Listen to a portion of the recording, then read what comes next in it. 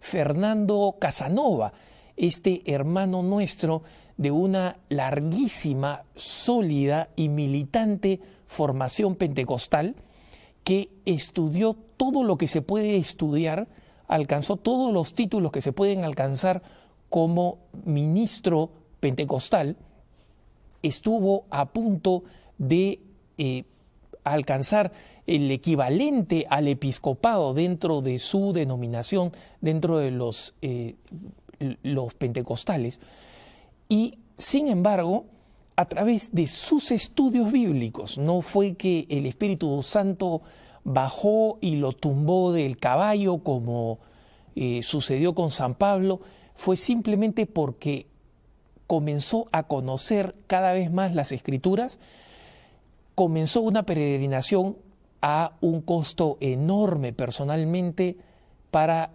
llegar a casa, a la Iglesia Católica. Pero justamente a partir de esta experiencia, de esta larga experiencia, Fernando es alguien que puede dar un testimonio magnífico, y así es como lo invitamos en el mes de mayo para que nos hablara de cuáles son los puntos débiles, los talones de Aquiles de los católicos. Y nos demostró aquí en ese programa Cara a Cara, como recordarán ustedes, cuáles son los argumentos que nuestros hermanos evangélicos utilizan y cuáles son los puntos débiles que saben aprovechar de nosotros los católicos, especialmente porque usualmente no tenemos una formación adecuada. Pero Fernando en aquella ocasión también nos recordó que en las argumentaciones evangélicas existen muchas descontextualizaciones, muchos usos arbitrarios de las Sagradas Escrituras y muchos presupuestos que ellos saben que los católicos usualmente no manejamos. Entonces me comprometí en esa ocasión, y ahora estamos cumpliendo, a invitar a Fernando Casanova nuevamente, pero esta vez para darnos cuáles son las respuestas católicas, aquellas respuestas bíblicas, aquellas respuestas intelectuales que lo llevaron a él a la Iglesia Católica. Así que vamos a irnos a un corte que le va a dar a usted tiempo para tomar un lápiz y un papel, porque Fernando Casanova nos va a ametrallar con los argumentos y los textos de las Sagradas Escrituras que son contundentes para responder a las objeciones evangélicas. No se vayan, o si se van, que sea para traer un papel y un lapicero. Volvemos cara a cara con Fernando Casanova. Estamos de vuelta, hermanas y hermanos, con lo prometido. Fernando Casanova con nosotros. Fernando, gracias por estar otra vez con nosotros. Es un gusto estar aquí. Agradezco mucho que me des otra oportunidad. Yo te lo agradezco a ti, porque nuestros hermanos y hermanas que nos ven a través de Cara a Cara se quedaron, como decimos en el Perú, picones, con ganas de saber más.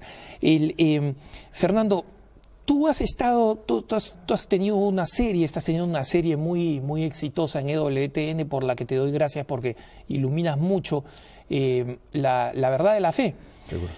Sin embargo, tu conversión al catolicismo no fue una conversión porque viste al Señor Jesús aparecerse en una botellita de leche, ni tampoco bajó el Espíritu Santo y te despeinó, ni nada por el estilo. La razón por la que te pregunto esto es porque me parece importante que nuestros hermanos católicos entiendan la racionalidad de la fe. Digo, sigue siendo un don, pero la racionalidad de la fe. Cuéntales un poquito cómo es que fue este proceso tuyo de ir conociendo la verdad que te llevó al catolicismo, ¿no? A lo que has dicho, hay que aclarar en primer término que yo no quería hacerme católico. O sea, yo no quería hacerme católico. En términos humanos y ministeriales me iba muy bien, muy bien. Y tenía un futuro ministerial prometedor. Y quiero aclarar que estoy muy agradecido por aquellos hermanos que me acogieron y me amaron y me dieron las oportunidades que me dieron. Pero yo amaba mucho al Señor. Así que eventualmente ya para mí no era suficiente una experiencia personal, subjetiva, sensorial. Yo lo quería todo. Y yo quería aprender lo mejor que pudiera la palabra de Dios escrita, porque yo me supe responsable del destino eterno de las personas que el Señor había puesto a mi cuidado. Y uno de los problemas principales problemas, o primer problema con el que me confronté, fue el problema de la división entre nosotros. Mi primera responsabilidad fue como capellán del Hospital Federico Trilla. Ya salía de los muros de lo que era aquella iglesia nuestra. Y ahora trataba de servir pastoralmente a gente que yo quería convencer, evangelizar. Primero evangelizar y después entonces pastorear o referirle a una de las iglesias de nuestra denominación. Y aquí se presentaron algunas reservas esgrimidas por estas personas. Me confronté con el relativismo religioso, creado por nosotros mismos. Está bien, pastor, me decían, esa es su versión de estos textos bíblicos, pero casualmente el testigo de Jehová que se acaba de ir de aquí, hace 20 minutos, tiene una opinión distinta. Otros decían, ¿qué más da? Da igual, no es importante, lo importante es que yo me porto bien, etcétera. Me di cuenta cuando analicé las estadísticas, porque yo quería ser un buen pastor. Y ahora me di cuenta que mi oferta religiosa era una oferta religiosa más, en disputa con los idearios religiosos de otros muy buenos hermanos que se basaban en la misma Biblia, decían estar inspirados por el mismo Espíritu Santo que yo. Sin embargo, estábamos irremediablemente divididos, lo que causaba... ¿No estabas incluyendo a los católicos acá, que ya eran los malos del partido, digamos, ¿no? Eso, estaban descartados. Entonces, pues yo decía, bueno, pero ¿y cómo yo puedo informar a esta gente? Me fui a las estadísticas y descubrí que en este país había en aquel momento poco más de 34,000 denominaciones cristianas. Mira qué interesante. Una vez más, todas se basaban en la Biblia, todas decían estar inspiradas por el mismo Espíritu Santo, pero eran poco más de 34,000. Entonces, a mí me parecía haber visto en el Nuevo Testamento la intención del Señor de crear o establecer una sola y única iglesia. Claro, ya habíamos relativizado esto teológicamente, diciendo que la única dimensión previsible de la iglesia que Cristo fundó era la cuestión espiritual o del cuerpo místico. No había entonces una repercusión concreta, tangible de esa institución fijada por Cristo. Pero el proponerlo de esa manera entonces no coartaba o no trataba el problema de la división, sino que lo que hacía era fomentarlo. Qué interesante. Por eso fue que me llamó mucho la atención cuando comencé a repasar de nuevo, no solamente a repasar, sino a profundizar la intención de Jesús en el Nuevo Testamento. Mateo 16:18. Tú eres Pedro, sobre esta piedra edificaré mi iglesia, en singular, no en plural. Y las puertas del infierno no prevalecerán contra ella. Repito, y las puertas del infierno no prevalecerán contra ella. O sea, la iglesia siempre ha sido, la iglesia nunca ha dejado de ser. Después entonces me fui con el argumento clásico nuestro. Tal vez hubo iglesia visible hasta temprano en el siglo IV, cuando Constantino metió la pata y le dio por oficializar el cristianismo en el 313. Después entonces estudiando me di cuenta de que no hubo tal oficialización, lo que hubo fue un decreto de tolerancia, no solamente al cristianismo, sino a las demás religiones. Tal oficialización se llevó a cabo en el 391 por Teodosio. Pero no hablábamos del 391, tarde ya por allá. ¿Por qué? Porque en ese siglo y en los anteriores había elementos de catolicidad que nosotros no queríamos reconocer, como los padres de la iglesia. San Ignacio de Antioquía, donde está el obispo, ahí está el Espíritu Santo y toda gracia. El tema de la Eucaristía por San Justino Mártir, cuando describe ese culto de los primeros cristianos a mediados del siglo II, hermano mío. ¿Tú sabes lo que es eso? Y cuando tú miras la descripción que ese hombre hace, es la Santa Misa. Entonces, claro, yo me pongo a pensar, bueno, pero si entonces esta iglesia se corrompió, entonces lo que había antes pues estaba bien, y lo que hay antes parece que hay elementos de un culto y de una fe y de un aspecto visible de la iglesia que nosotros habíamos descartado. Y por ahí para abajo, San Juan 10:16, para matizar la intención de Jesús. Podemos hablar del Espíritu de verdad, que refería a una sola y única verdad en los capítulos 14, 15 y 16 de San Juan. El capítulo 17 de San Juan, versículos del 18 en adelante, que casualmente, Alejandro, tomaron nuestros hermanos protestantes para crear el Consejo Mundial de Iglesia en 1948. Este fue el texto que los motivó.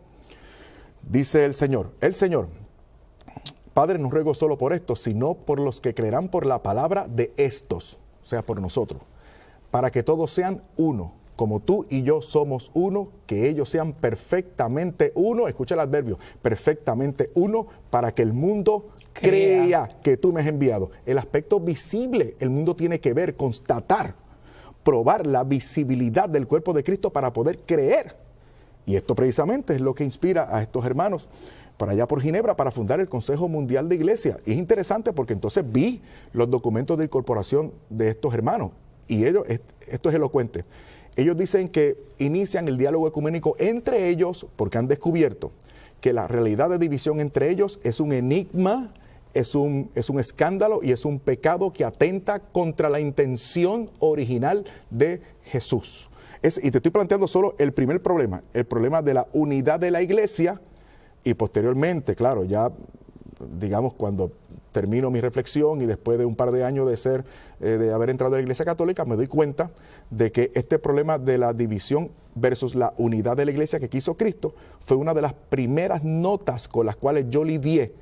Una de las primeras, después vienen las otras tres. La iglesia no solamente es una, sino es santa, católica y apostólica. Me he dado cuenta de que el Espíritu Santo me llevó a reflexionar sobre estas otras notas de la iglesia, que son las características esenciales y las cuales la iglesia no es lo que quiso Cristo. Y eventualmente di al traste con la realidad.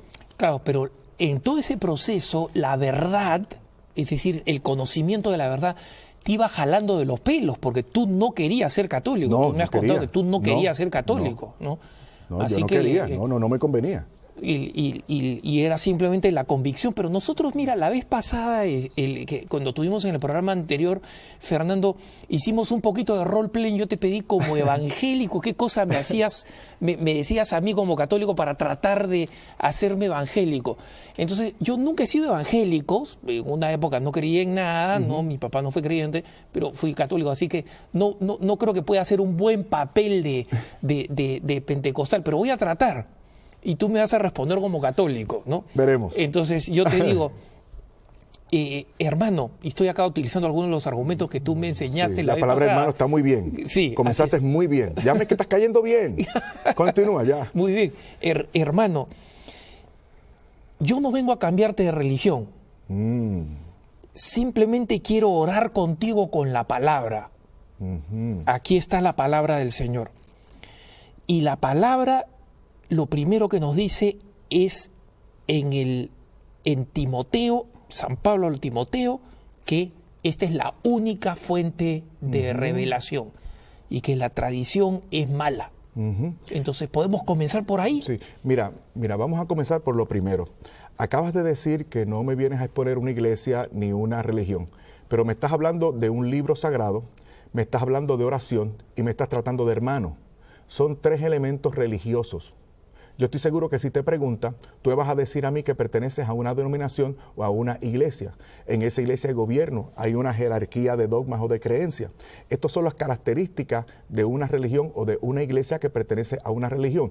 Por lo tanto, hermano mío, la religión no es lo que tú quieras definir como tal, sino lo que todo el mundo conoce es el fenómeno religioso, para comenzar por ahí. Me dices entonces que no me vienes a exponer una iglesia. Aquí tenemos un problema, y es que Jesucristo quiso establecer una iglesia y habló sobre ella. En Mateo 16, 18 dijo que la establecía y decretó sobre ella que las puertas del infierno no iban a prevalecer contra ella. Además, tenemos una dificultad, y es que ese mismo San Pablo, que yo veo que ustedes citan mucho, habla de la necesidad de la iglesia. Por ejemplo, en Efesios capítulo 1, versículos 22 y 23, dice que la iglesia es la plenitud de Cristo. Por eso añade el apóstol al final, en el versículo 21 del capítulo 2, que Dios se manifiesta especialmente, o se le da gloria especialmente en la iglesia. Por eso es que en Efesios capítulo 3, versículo 10, dice que la multiforme sabiduría de Dios, por eso es que yo pertenezco a la iglesia establecida por Cristo. Dice Efesios 3:10 que la multiforme sabiduría de Dios se manifiesta en y por la iglesia, que según Primera de Timoteo, capítulo 3, versículo 15, es la columna y el fundamento de la verdad. Yo lo que pasa es que yo quiero tratar contigo, porque te quiero mucho, y yo quiero tratar contigo estas premisas que tú me estás presentando, porque yo te amo también. Y tú me estás presentando unas premisas que, con todo respeto, son equivocadas, y mi deber como hermano en la fe, pues, es aclararte estas premisas. El tercer elemento que traes es el elemento de la escritura. Aquí tenemos un problema, y es que todo el que conoce un poco de historia sabe que la iglesia no surgió porque hubo gente que creyó en la Biblia. Si tú me estás presentando a la Biblia como necesaria para que haya fe, te tengo que decir que primero se dio la predicación y la tradición de esa predicación y el apego a esa tradición y al colegio apostólico de las personas que recibieron la atribución del Señor para definir, establecer y enseñar esa verdad. Después de eso fue que surgió la Escritura. Si la Escritura es necesaria, entonces ¿cómo la tenemos como producto de la iglesia? Porque la iglesia fue escrita, la Biblia fue escrita, sobre todo el Nuevo Testamento, en la iglesia, por hijos de la iglesia. Y en este sentido te puedo demostrar que la Escritura, por lo tanto, transmite y demuestra la fe y el culto de la iglesia en la cual se escribió esa Escritura. Pero hermano, mira que te he dejado hablar mucho, ¿eh? Porque yo soy un hijo de la iglesia de Jesucristo. Y te lo agradezco, y es extraño, porque por lo general los hermanos evangélicos que me visitan hablan mucho y no me dejan hablar. Así que muchas gracias. Mira, pensaría que eres católico. O que eres un mal protestante.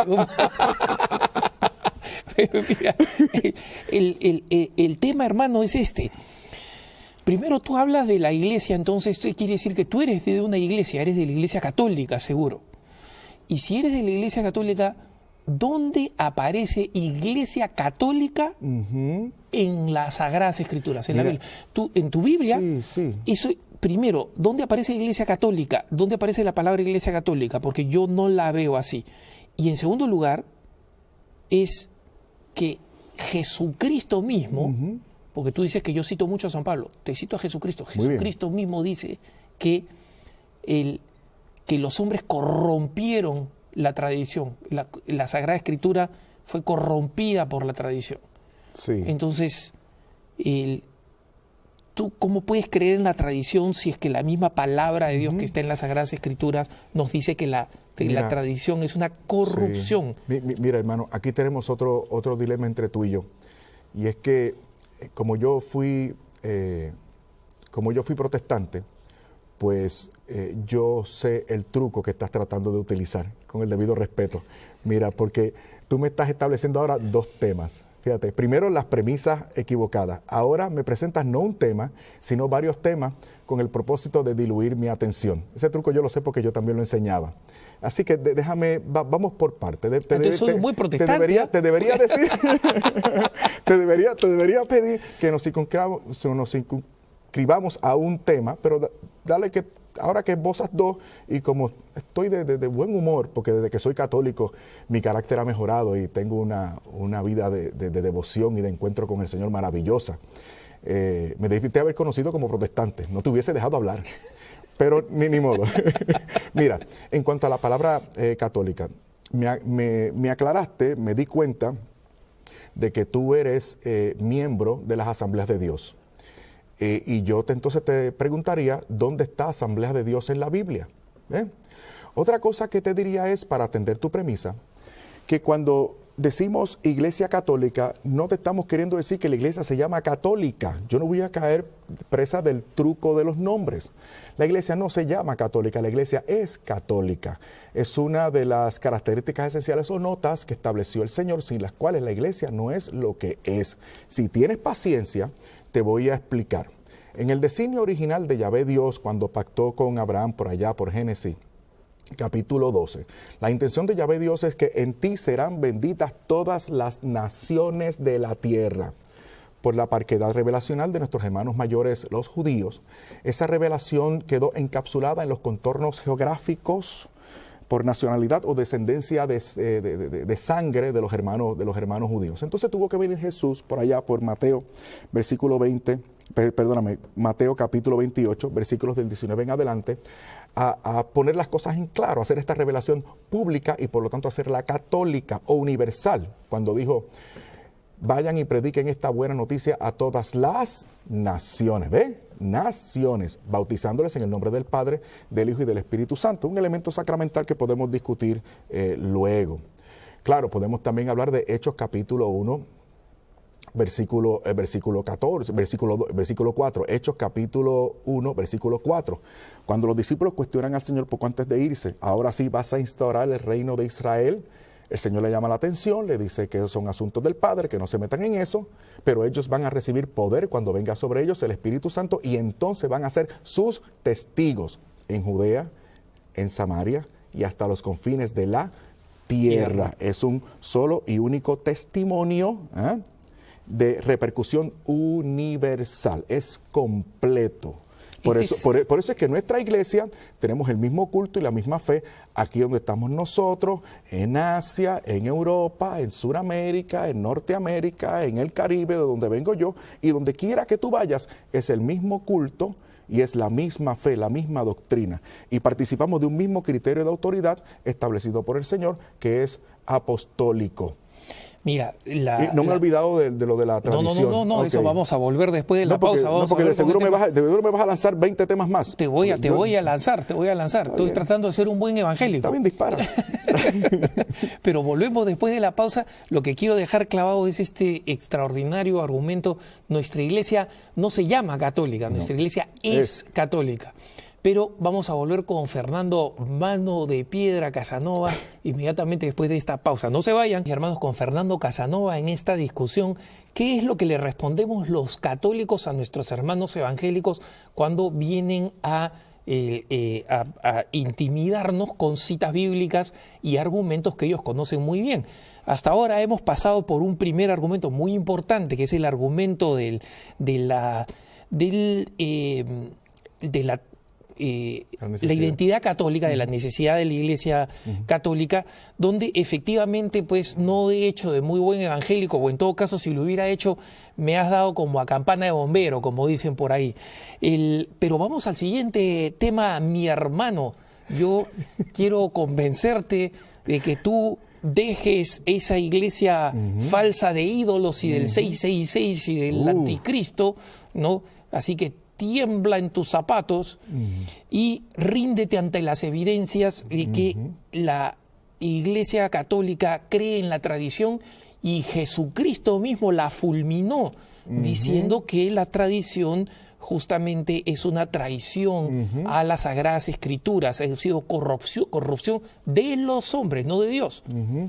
Mira, una vez más yo tengo que atender el elemento de la premisa que estás trayendo. Porque estás condenando todo tipo de tradición, para comenzar por ahí. Jesús parece que es más justo que tú, porque Jesús condena una tradición mala que tiraba por el suelo, un mandamiento de la ley de Dios, pero no solamente eso, sino que la tergiversación de ese mandamiento se da por una intención malévola, por una intención de conveniencia. ¿De qué pasaje estamos hablando para que nuestros hermanos nos sigan? Sí, como estamos hablando de Mateo capítulo 15. Ahí el Señor parece que condena la tradición, que han corrompido la palabra de Dios por la tradición de los hombres. Mira, Él está dialogando con los fariseos. Tienes que leer todo el capítulo porque aquí yo tengo un problema contigo y es que como yo soy católico, yo atiendo el contexto completo del pasaje. Para ti es más fácil porque tú lanzas un texto bíblico, pero yo me tengo que circunscribir porque yo no soy miembro de una secta, yo me tengo que circunscribir al capítulo y en todo caso al sentido correcto de toda la Escritura. El Señor está hablando con fariseos que querían no seguir el cuarto mandamiento de la ley de Dios, que según la tradición rabínica les mandaba a sostener a sus papás, a mantenerlos cuando estos no pudieran mantenerse por sí solos. El subterfugio que ellos utilizaban era que tomaban su dinero, tomaban sus riquezas y entonces las dedicaban al templo mediante unos ritos que ellos mismos se habían establecido también para dedicar esa riqueza al templo. Una vez estaba dedicada, era consagrada y por lo tanto pertenecía a Dios y ellos eran librados de la obligación de la ley y de la tradición rabínica para sostener a sus padres. ¿Te das cuenta? Además, tenemos un problema. Y es que en 2 de Tesalonicenses capítulo 2, versículo 13, y en 1 de Tesalonicenses capítulo 3, versículo 15, San Pablo habla de las tradiciones. Y San Pablo da gracias a Dios porque ellos se han mantenido firmes en las tradiciones que han recibido, dice él, de nosotros, por escrito o de palabra, por nuestra predicación. Así que aquí tenemos un elemento importante que es el elemento de diferenciar de una tradición mala que de la que está hablando él, tergiversadora, movida por la maldad, por el engreimiento, por la trampa, y una ley que es una ley propia, que nos transmite, es parte de la revelación y que es necesaria para entenderla. Porque, para que tú veas lo necesario que es la tradición de verdad, la tradición apostólica. Tú eres parte de una iglesia y tú te dejas llevar supuestamente solo por la Biblia. Hay otros hermanos que se dejan llevar supuestamente por la Biblia y están divididos, creen cosas diversas y contradictorias entre sí. Entonces la tradición es como, para que lo entiendas bien, es como una jurisprudencia en la que se pone en orden las cosas como tienen que ser. Por lo tanto, no es necesario o no es suficiente el documento, sino la jurisprudencia para entender el sentido completo de ese documento. Es como la constitución de un país. Imagínate que alguien dijera, de ahora en adelante cada cual va a vivir según entienda, interprete y aplique la constitución de este país. ¿Qué es lo que va a suceder? Cada uno hace lo que se le da la gana. Gracias, hermano mío. Entonces significa que hace falta una jurisprudencia y hace falta un sistema. Ese sistema, ese cuerpo de ley y orden, para que lo entiendas, viene a ser la iglesia establecida por el Señor. Por eso es que la Biblia hay que entenderla en el contexto que fue escrito, un contexto eclesial. Ahora, hermano, hablas muy bien. Mi ministro protestante no me dio tantos argumentos para responderte sobre esto, pero tengo otros. Y es el rezo a los santos.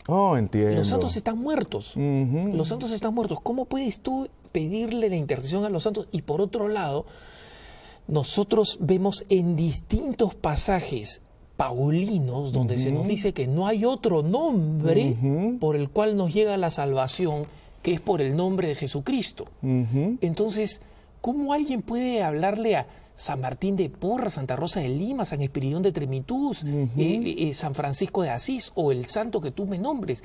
Eso no está en las Sagradas Escrituras, y no solamente no está en las Sagradas Escrituras, sino que porque tú me estás ya discutiendo lo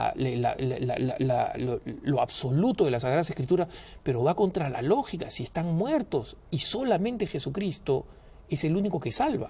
Mira, una vez más tengo que ir a tu premisa. Pero en este caso, tu premisa atenta contra lo que tú mismo crees. Fíjate qué cosa. Sí, déjame enseñarte. Se va a morir del corazón mi ministro evangélico. A ver, te escucho. Pero mira, resulta que tú crees en la vida eterna. Tú crees que cuando tú partas de este mundo, tu alma se va a presentar delante del Señor. Por lo tanto, tú estás muerto físicamente, pero la autoconciencia tuya, lo que nosotros conocemos el alma o alma espíritu, va al cielo. Lo dice Salomón en Eclesiastés. O sea, cuando morimos, el alma vuelve a Dios, quien la dio. San Pablo también dice, el que tú estás citando, que él prefiere estar ausente en el cuerpo, pero presente delante de Dios. Así que, para que tú veas que nosotros creemos en eso. No estamos muertos para Dios. Estamos muertos para lo que nos entierran, pero no para Dios. Esa es tu fe, hermano mío, y esa es mi fe. Además, tenemos otra dificultad, y es que tú asumes que esto no está en la Biblia. Yo podría citarte, en primer término, Segunda de Macabeos, capítulo 12, versículo 45, donde Judas Macabeo hace una colecta para ofrecer un sacrificio por los muertos, por los que habían muerto, para que el Señor perdonara el pecado que provocó, o la falta que provocó la muerte de esos soldados. Y concluye el capítulo diciendo que muy bien hizo Judas Macabeo haciendo eso, puesto que lo hizo motivado por la creencia, por su creencia en la resurrección de los muertos. Además, en Tobías 12:12 tenemos para demostrarte a un ángel que se revela a un señor que se llama Tobías, que le dice, mira, cuando tú orabas, yo era el que tomaba tus oraciones y las presentaba delante del Señor. A propósito, tú tienes esos libros, tú no tienes esos libros en tu Biblia, ¿no? No, esos libros los han inventado ustedes, los católicos. Ok, pues vamos entonces, ese tema lo podemos tratar luego. Vamos entonces al Antiguo Testamento que tú conoces. Jeremías capítulo 15, versículo 1. Jeremías sí me suena. Jeremías, sí, capítulo 15, versículo 1. Macabeos y Tobías no están pues, en eso, los católicos ustedes la han puesto. Ok, después vamos a podemos ir sobre eso luego. Te doy mi email y te escribo también para argumentarte sobre sobre estos libros, que no es que nosotros lo hayamos puesto, es que ustedes no los tienen. Pero tranquilo, no discutamos sobre eso ahora, porque me caes bien. Qué bueno. Mira, Jeremías capítulo 15, versículo 1, se habla de la atribución especial que tienen algunos santos para pedir especialmente por algunas cosas. Claro, algo mejor dirás, bueno, pero es el Antiguo Testamento. Primero tienes que reconocer que ya estoy en la Biblia, por lo tanto está en la Biblia. Pero vamos al Nuevo Testamento para complacerte. Mira, y qué bueno, Apocalipsis. Me voy para Apocalipsis porque ahí tú sabes que está una revelación tremenda de lo que hay en el cielo, más gráficamente que en ningún otro lugar, y en el Nuevo Testamento. Para que veas la intercesión de los ángeles y los santos a nuestro favor, que toman nuestras oraciones, las reciben y las presentan delante de Dios. Apocalipsis capítulo 5, versículo 3, Apocalipsis capítulo 5, versículo 8, y Apocalipsis capítulo 8, versículos 3 y 4. Claro, podemos ir también a la cuestión del único mediador, que está, no lo mencionaste, no sé si se te olvidó, pero está en 1 de Timoteo capítulo 2, versículo 4, pero no sé si tenemos tiempo para argumentarte sobre ese texto que me esgrimiste. Yo siempre estoy listo para una buena paliza, sí. Bueno. Mira, dice que hay un solo mediador entre Dios y los hombres, Jesucristo hombre. A lo que nosotros decimos palabra de Dios. No hay ningún problema con eso. Podemos decir también amén. Amén. No hay ningún problema. Y aleluya y gloria a Dios. Aleluya, no hay problema con sí. eso. Mira, una vez más, tengo que ir de nuevo al contexto. Tú te das cuenta que es parte de un párrafo. Comienza en el versículo 1, termina en el versículo 6. Si tú atiendes todo el párrafo, te vas a dar cuenta de que es precisamente una exhortación a todo lo contrario. Es una exhortación a que mediemos, intercedamos, oremos los unos por los otros. A ver. Déjame explicarte. Aquí lo que dice San Pablo es, y aparece casi a la mitad del párrafo. Claro, cuando uno estudia Biblia, ya uno sabe que lo que aparece en la mitad de un párrafo, de una perícopa, es el momento culminante.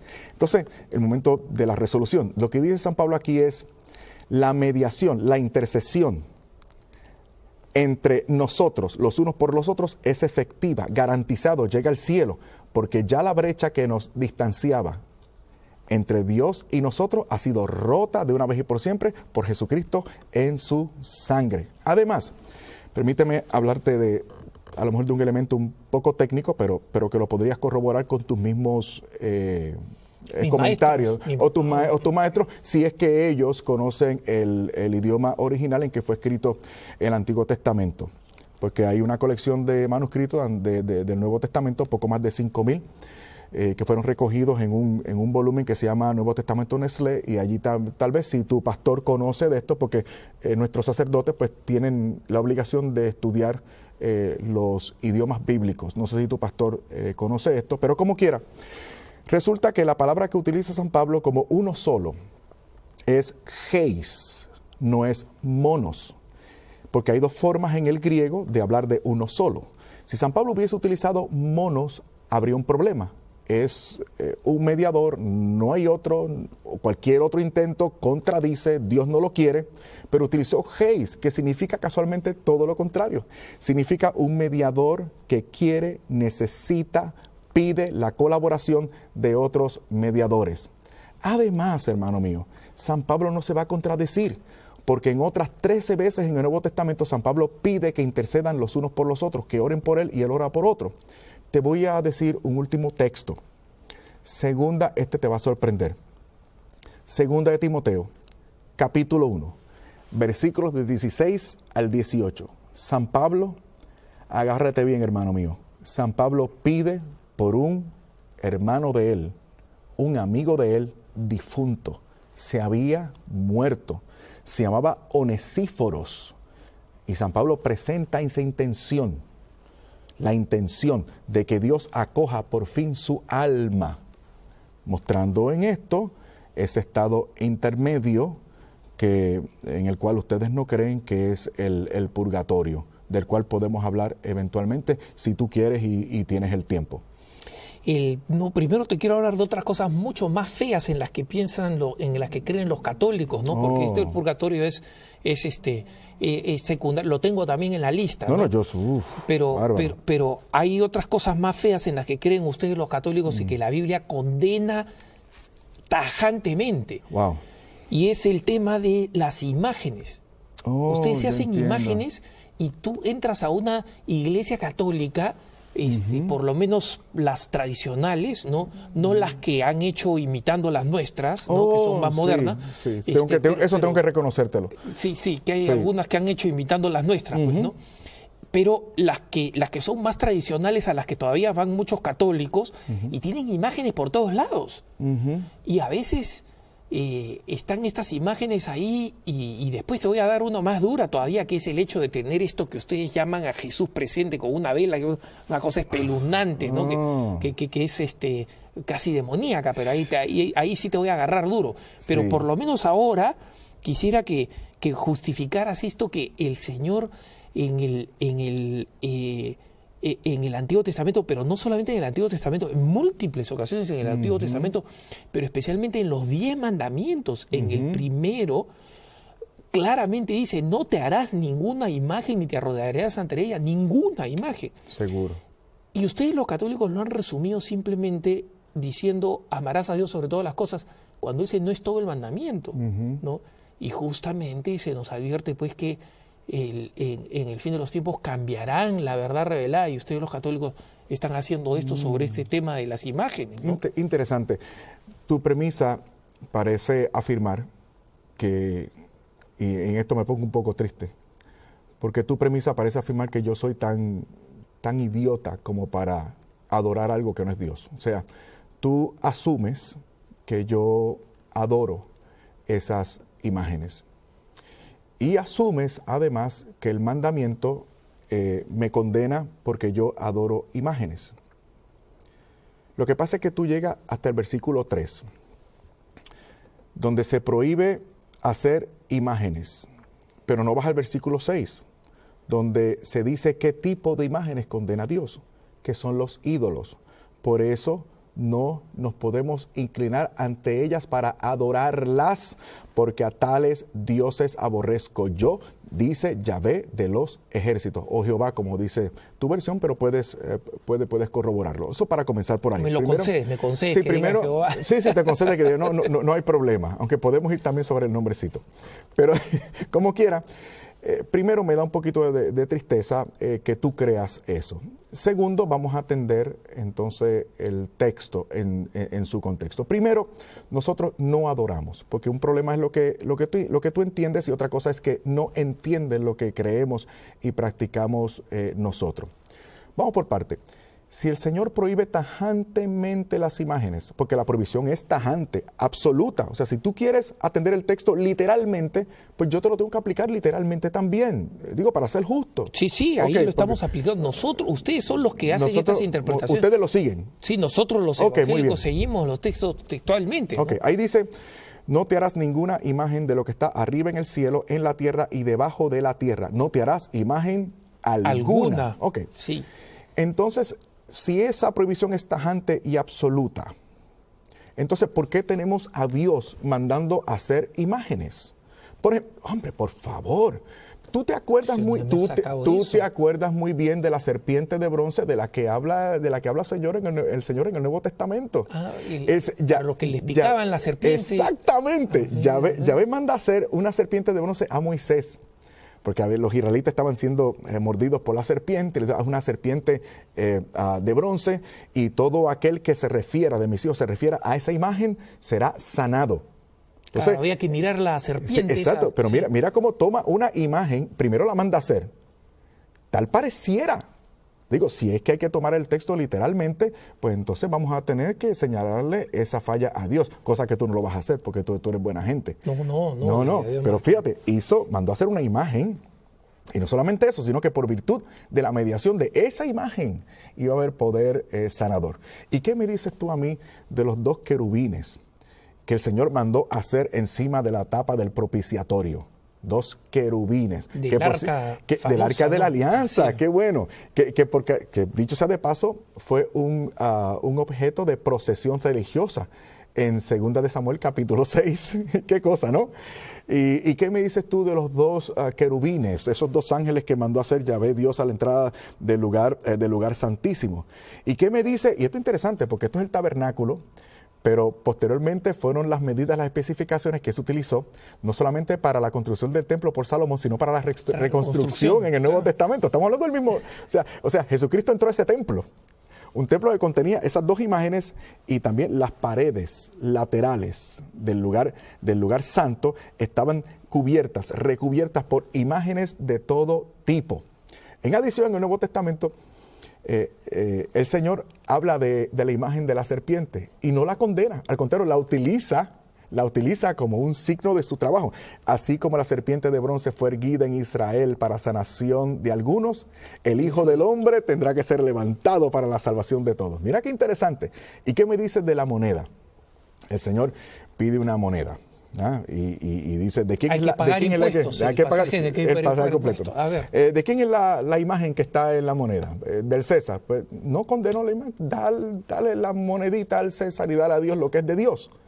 Además, tenemos al Señor Jesús entrando en ese mismo templo con imágenes y no condenó al templo, condenó a los que se hacían negocio del templo. Y no te sientas mal por esto, no piensa que te estoy diciendo que ustedes están haciendo negocio. Bueno, pero hacemos, ¿no? No, yo sé que yo sé que a ustedes les va muy bien, como me pudo haber ido a mí. Así es. Pero sino a los mercaderes del templo. Además, para concluir, si la provisión es tajante, plena y absoluta, es toda imagen, entonces tú tienes un problema. Y es que tú tienes imágenes.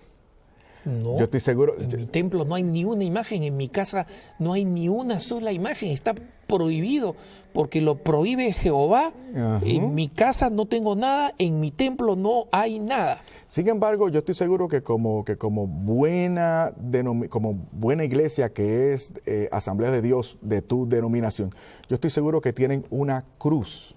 No solamente la parte de afuera de la fachada, sino también como parte del escenario principal. Ah, claro, por la cruz del Señor Jesús que nos redimió. Seguro, una imagen. Esa es la imagen de una cosa. Además, yo estoy seguro que tu pastor debe ser muy fiel a su denominación y debe tener un cuadro del supervisor de la denominación y además debe tener imágenes de su señora esposa y de sus hijos. Además, claro, pero eso es para recordarlos, pues, ¿no? Pero es que has dado en el clavo. Porque yo estoy seguro que si es un buen protestante debe tener, como lo tenía yo en mi escritorio cuando era ministro, me encantaba un cuadrito que tenía de Martín Lutero. Lo tenía, porque me recordaba, me ayudaba, me animaba. Cuando yo tengo una foto de mi esposa, una imagen de mi esposa, tú ves que yo la saco y yo le doy besos. Entonces, claro, tú no vas a pensar que yo le estoy dando, que yo quiero besar la foto, que yo amo la foto. Yo quiero besar y yo quiero besar a la señora que está ahí, y yo quiero y me gusta y amo la señora que está inscrita en esa imagen. Además, yo estoy seguro que tú tienes algunos billetes en tu bolsillo. Bueno, pocos no tengo, como un exitoso pastor, tengo mis billetitos, ¿sí? Sí. Pero ¿qué tiene que ver eso con lo que Jehová nos ha mandado? Pues lo que te decía, si la prohibición es tajante, plena y absoluta, ¿por qué tú te permites tener billetes con la inscripción y las imágenes de hombres muertos, de difuntos, de presidentes que ya fallecieron? Entonces, mira, como evangélico voy a pasar a otro tema mejor. Claro, tú podrías, claro, como yo soy católico y a mí me gustan mucho las imágenes y yo no quiero que tú te pierdas, pues yo te invito a que tú me des esas imágenes. Ahí lo vamos a dejar nomás, las imágenes se van a quedar por acá. Okay. Pero el siguiente tema que sí me parece aberrante de ustedes los católicos, don Fernando el católico, es la Eucaristía. Es la Eucaristía.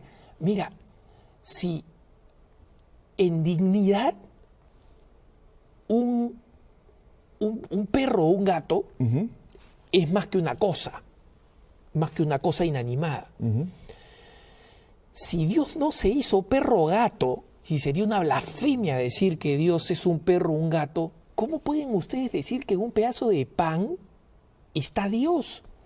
y que además ustedes lo pongan en las iglesias y que ustedes crean. Nosotros celebramos lo que llamamos la cena del Señor, pero que es un recordatorio, es simbólico, ¿no? Sí. ¿Cómo pueden creer ustedes que efectivamente Jesucristo está presente en la Eucaristía? Además, cuando Jesús dijo, esto es mi cuerpo, Él lo dijo cuando Él estaba presente, ahí estaba su cuerpo, Él acá, ¿no? Entonces Él estaba repartiendo lo que en ese entonces era un pan, un vino. Creer que ahí está verdaderamente el Señor es una blasfemia, Sí. es un insulto a la inmensidad de Dios. Entiendo. Mira, para comenzar por lo último, Jesucristo hablaba en hebreo. Y en hebreo no existe la palabra es, o el verbo es. Jesucristo lo que dijo fue, esto mi cuerpo. Esto mi cuerpo. Resumidas cuentas, me da también un poquito de tristeza porque veo que te has alejado mucho de tu tradición protestante. Sí, déjame explicarte. Por ejemplo, los primeros reformadores creían en muchas cosas que ustedes no creen actualmente. Por ejemplo, creían en la maternidad divina de la Virgen, que sería otro tema. Y creían también en alguna forma de presencia real de nuestro Señor en la Eucaristía. De hecho, cuando tú pases por una iglesia de la Reforma, vas a ver que todavía se habla del orden de la misa y ese tipo de cosas, y que los pastores siguen utilizando las vestimentas litúrgicas, a pesar de que no creen en el milagro de la presencia real de nuestro Señor, que yo creo, y por lo que tú me estás señalando en este momento. Jesucristo escogió pan y vino para esconderse detrás de esas apariencias y que la sustancia de esas cosas fuese la sustancia de su cuerpo y su sangre. La sustancia es lo que la cosa es. Esto es mi cuerpo, esto es mi sangre. Ahora yo te respondería como buen evangélico y te diría, Dios tiene el poder para hacer lo que dice. Si Él dice esto es mi cuerpo, esto es mi cuerpo. Si dice esto es mi sangre, esto es mi sangre. O sea, piensa en esto. ¿Cómo es posible que haya gente que le crea a un embaucador que ellos son uno de 100 personas que le van a enviar una ofrenda de $1,000, pero no sean capaces de creerle al Señor de señores y al Rey de reyes, al que nunca miente, caduca ni se muda, cuando dice, tengan y coman todos de él, porque esto es mi cuerpo? Así que aquí hay un poquito de selección de a quién le vamos a creer. Pero si quieres ir a la cuestión bíblica, no solamente te voy a arguir la invención de ese sacramento por el Señor que repiten los evangelios sinópticos de Mateo, Marcos, Lucas. Tú podrías decirme, pero ¿y Juan no lo menciona? Juan lo hace más elocuentemente. San Juan pone el capítulo 6. Capítulo 6. Y aquí es interesante porque el Señor hace un milagro, la gente no quiere creer, el Señor les anuncia su presencia real en la Santa Misa por más de 40 versículos. Yo soy el pan vivo bajado del cielo. Quien come de este pan vivirá para siempre. Y el pan que voy a dar es mi carne por la vida del mundo. Mi carne es verdadera comida. Mi sangre es verdadera bebida. El que come mi carne y bebe mi sangre tiene vida eterna. Lo puedes buscar. Más de 40 versículos, comenzando desde San Juan capítulo 6, versículo 18, hasta el versículo 58. Podemos abundar sobre este capítulo y sobre las evidencias internas del mismo texto que abonan y señalan de forma inequívoca la presencia del Señor en la Santa Misa. Pero lo que me llamó la atención, y esto te voy a testificar un poco, de este capítulo, porque yo lo busqué y lo estudié para no hacerme católico. Pero mira lo que encontré. En el versículo 54, cuando el Señor es más virulentamente contradecido, porque ellos no creían. Este hombre está loco, ¿cómo puede darnos a comer su carne y a beber su sangre? ¿Qué es lo que tú estás diciendo? ¿Cómo tú puedes ser tan loco de querer una cosa como esa? Ya le pasó al Señor. El Señor no cambió, el Señor no lo echó a votación, el Señor no se echó para atrás. El Señor, en el versículo 54, cuando la discusión es más virulenta, el Señor dice, cambia el verbo. El Señor está hablando de jofage, el que come, como ingerir alimentos, pero ahora cambia a jotrogon. Y jotrogon lo hace más crudo, más intenso, más dramático. Aquí el Señor dice, el que no me mastica, el que no me roe, el que no me muerde con los dientes, este no tiene vida eterna, para hacerlo más dramático, más realista. Y fue precisamente el turning point. Aquí fue que ellos entonces dijeron, vámonos vámonos, porque nosotros queríamos otro milagrito, nosotros queríamos...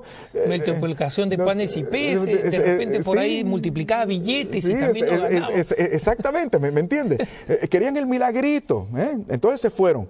Como yo tengo que reconocerte que le pasa a algunos católicos. Algunos católicos pues prefieren los milagritos que les anuncian y se van y dejan el verdadero milagro, que es la presencia real del Señor en la Santa Misa. Y por ahí podemos seguir de las consecuencias nefastas de profanar el Santísimo Sacramento en 1 Corintios capítulo 11, versículos del 27 al 32. Fernando, fracasé como protestante, así que voy a firmar. ¿Dónde firmo para ser católico? Lo hiciste muy bien. Lo hiciste muy bien. Lo que pasa es que te diste con un católico que